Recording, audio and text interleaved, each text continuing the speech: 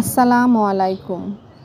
তেলের পিঠা বা পোয়া পিঠা আমাদের অনেকেরই অনেক পছন্দ, কিন্তু এই পিঠাটা সহজে ফুলতে চায় না বলে অনেকেই ইচ্ছা থাকা সত্ত্বেও পিঠাটা তৈরি করার আগ্রহ পায় না।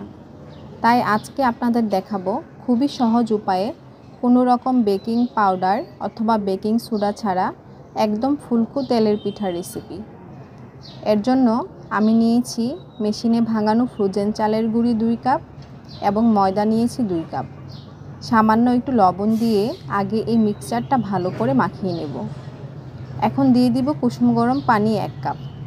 পানিটা দিয়ে এখন গুঁড়িটা ভালোভাবে মিক্স করে নেব। যত ভালোভাবে মিক্স করবেন তেলের পিঠাটা তত সুন্দরভাবে ফুলে উঠবে। এবার দিয়ে দিচ্ছি খেজুরের গুড়। গুড়টা দিয়ে আরও ভালোভাবে মেখে নিব। আমি যেভাবে মেখে নিচ্ছি ঠিক এইভাবে ভালোভাবে মথে নিব। 1/4 কাপ নারকেল দিচ্ছি টেস্টটা আরও বাড়ানোর জন্য। আপনারা চাইলে এটা স্কিপ করতে পারেন। আনুমানিক 8 থেকে 10 মিনিট আমি পিঠার ডোটা মেখে নিব। এবার একটা কড়াইয়ে তেল দিয়ে ভালোভাবে গরম করে নিব।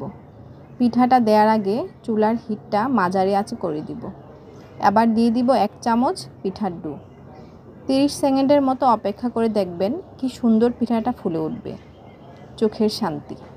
আমার তো অনেক ভালো লাগে পিঠাটা যখন এইভাবে ফুলে ওঠে। আশা করি আপনাদেরও অনেক ভালো লাগবে। এটাই তেলের পিঠার তৈরির ট্রেডিশনাল রেসিপি। সকাল অথবা বিকালে এইভাবে সহজ উপায়ে পিঠা তৈরি করে প্রিয়জনকে খুব সহজে খুশি করা যাবে এবং পিঠার প্রশংসা শুনে আপনার মনও ভালো হয়ে যাবে। সবাই অনেক ভালো থাকবেন। আল্লাহ হাফেজ।